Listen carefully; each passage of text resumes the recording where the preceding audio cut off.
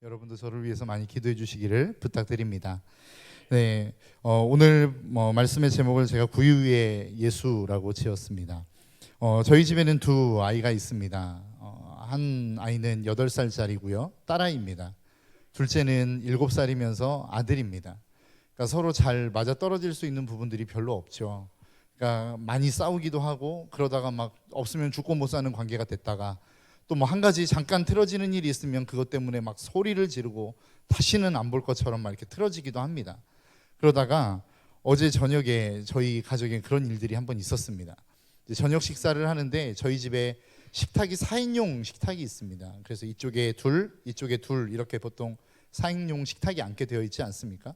그런데 저희 집은 특이하게 또 이쪽 양쪽에 의자가 또 하나씩이 더 있어요. 근데 이 둘둘 앉는 이 의자에 한쪽은 의자가 말 그대로 두 개가 이렇게 등받이가 있는 개인 의자가 하나씩 있고 그 반대편은 그냥 통의자로 돼 있습니다. 그리고 등받이가 없습니다.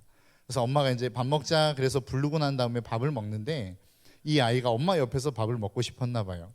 그런데 엄마는 그 의자에 앉으면 등받이도 없고 잘못하면 뒤로 넘어갈까 봐 이쪽 한쪽 한 사람 앉는 그 자리로 이렇게 밥그릇을 옮기면서 너는 이쪽에서 먹어 이야기를 했습니다. 그랬더니 이 둘째 남자아이가 나만 왜 떨어져서 먹어야 되는데 막 이러면서 입이 막 대빵 나온 겁니다. 그러니까 이제 제가 거기에서 또 나서야 되지 않겠습니까? 은우야, 여기는 대장만 앉는 자리야. 그랬더니 군소리 없이 그냥 앉아서 먹기 시작하는 겁니다. 그런데 이제 문제는 거기에서 시작이 됐습니다. 첫째가 딱 오더니 나도 여기 앉고 싶은데 그러면서 이제 문제가 생기기 시작한 거예요. 자기도 여기 앉겠다. 나는 왜 여기 앉게 못하냐? 얘가 먼저 왔으니까 그러면 다음에는 네가 앉아라 그랬더니 내가 첫째니까 내가 먼저 여기 앉아야 된다 막 이러면서 막 싸움을 하기 시작한 겁니다. 그러다가 이제 제가 질문을 하나 했습니다. 첫째 아이한테. 은세야, 예수님이 어디에 오셨다고? 그랬더니 낮고 천한 자리에 그러더라고요. 그러면 우리는 어디에 앉아야 될까? 그랬더니 그래도 자기는 이 대장 자리에 앉아야 되겠다는 거예요. 그러면 그걸 보면서 제가 참 우리 교회 학교 선생님들 고생 많으십니다. 전도사님들 참 경의를 표합니다. 많이 힘들고 어려운 일들을 감당하신다는 거 참 알고 있습니다. 그렇게 하고 난 다음에 마지막으로 저희 아들이 질문 하나를 던지면서 그 모든 대화의 싸움은 끝이 났습니다. 그 질문이 뭐였냐면, 아빠, 예수님은 구유에 오셨다는데 구유는 원래 높은 자리 아니야? 이렇게 물어보는 거예요. 저는 이게 무슨 얘기인가 했습니다. 가만히 생각해 보니까 땅보다 구유는 더 높이 있는 거 아니에요? 그러니까 그 높이 있는 자리에 예수님이 오셨는데 자기가 생각하기에 왜 자꾸 예수님이 낮은 자리에 오셨지? 라고 생각을 한 것 같습니다. 그래서 제가 설명을 해줬죠. 낮은 자리라고 하는 것은 그냥 키가 높고 낮은 그런 높고 낮음이 아니라 정말로 많은 사람들이 가기 싫어하는 곳, 하기 싫은 일들, 이러한 것들을 하시기 위해서 오셨다는 이야기야 라고 이야기하면서 모든 싸움의 끝을 맺었습니다. 참 대단한 아빠 아닙니까? 여러분, 예수님이 어디에 오셨습니까? 구유에 오셨습니다. 우리는 보통 그 구유에 오신 예수님을 겸손의 왕이라고 부릅니다. 왜요? 정말로 모든 사람들이 가기 싫어하는 곳, 오기 싫어하는 곳, 하기 싫어하는 것들을 도맡아 하시러 오신 그 자리로 예수님이 오셨기 때문입니다. 그래서 우리는 그 예수님을 구유에 누이신 아기, 그리고 겸손하신 예수라고 표현합니다. 그런데 그것은 어디까지나 하나님의 입장에서 봤을 때입니다.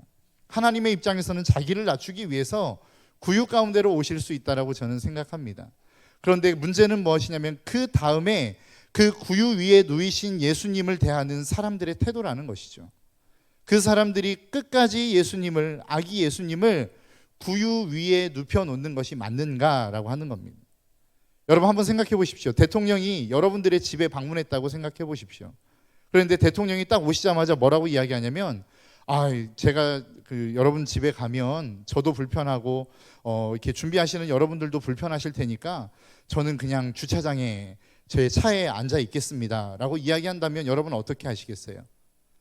그 좋은 생각이십니다. 그렇게 하시죠 라고 하시겠습니까? 그렇게 만일 그런 상황들이 됐다면 가장 먼저는 언론에서 대서특필을 하기 시작할 겁니다. 대통령 가정에 방문했으나 문전박대 막 이러면서 막 이렇게 뉴스 첫머리에 뜨지 않겠습니까? 그리고 수많은 사람들의 댓글이 달릴 겁니다. 헐, 대박, 유유, 뭐 이거 실화냐, 뭐 이러면서 수없는 댓글들이 달리기 시작할 거라는 거예요. 왜요? 대통령이라고 한다면 그에 걸맞는 그분을 대우하는 태도가 있어야 되기 때문에 그렇습니다. 내가 주차장에 있고 내가 그 주차장의 차 속에 있다는 것은 대통령의 의중이지만, 그럼에도 불구하고 그 대통령을 맞이하는 사람들조차도 그렇게 그게 맞는 것이다, 합당하다라고 이야기한다면 그 위치에 합당한 대우를 하지 않은 사람들에 대하여 우리는 비난의 화살을 던질 수 있게 된다라는 것이죠. 저는 예수님의 구유의 사건이 그런 것과 비슷하다고 생각합니다. 주님이 이 땅 가운데 낮고 천한 자들을 대우하고 그들을 감싸 안고 그들의 친구가 되기 위해서 구유 안에 오셨습니다. 그런데 그거는 하나님의 입장입니다. 그렇다면 우리의 입장에서는 어떻게 해야 돼요? 그 구유에 누우신 예수님을 내가 모실 수 있는 가장 좋은 자리로 모셔야 되는 거 아니냐는 거예요. 그런데 오늘날 우리가 살아가는 삶의 모습은 어떻느냐라고 하는 것이죠. 주님이 그냥 그 땅 가운데 오시겠다고 하셨으니까 그렇게 하시죠.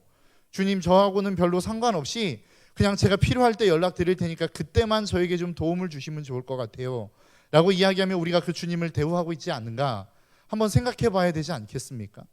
여러분들은 예수님, 여러분들을 위하여 이 땅 가운데 오신 그 예수 그리스도, 여러분들의 구주가 되시고 여러분들의 주인이 되기 위하여 이 땅 가운데 오신 예수님을 여러분들은 여러분들의 마음속 어느 곳에 모시고 계시느냐라고 하는 겁니다. 여러분, 오늘 본문에 등장한 것처럼 많은 사람들이 그렇게 행하였던 것처럼 여러분도 예수님을 여러분들의 삶의 구유의 자리에 그냥 모셔두고 계시지는 않으십니까? 만일 그렇다고 한다면 우리는 그 예수님을 다시 한번 생각하고 고민해보고 우리의 가장 좋은 자리로 모셔드려야 될 줄 믿습니다. 여러분, 여기 계신 많은 분들 가운데 저는 사형리를 한 번쯤은 다 보셨을, 그리고 들어보셨을 거라고 생각합니다. 사형리의 가장 핵심의 내용이 무엇입니까? 예수 그리스도를 믿는다라고 하는 것은 무엇을 의미하는 것이죠? 내 마음의 왕좌, 내 마음의 왕의 자리에 내가 내려오고 예수 그리스도를 그 자리에 앉히는 것이 바로 우리가 예수 그리스도를 믿는 사람들의 신앙 고백이라는 것입니다.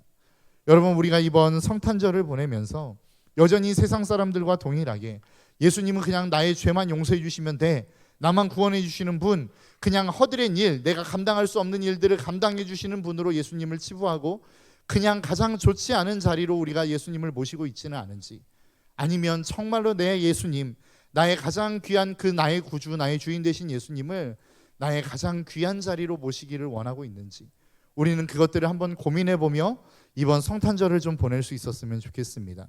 그리고 이번 성탄절을 보내면서 우리 신덕교회 모든 성도들의 마음에 가장 좋은 곳에, 여러분들의 마음의 왕좌에 예수 그리스도가 좌정하시는 이 놀라운 변화와 회복들이 우리 신덕교회 가운데 풍성하게 일어날 수 있기를 주님의 이름으로 축복합니다. 기도하겠습니다.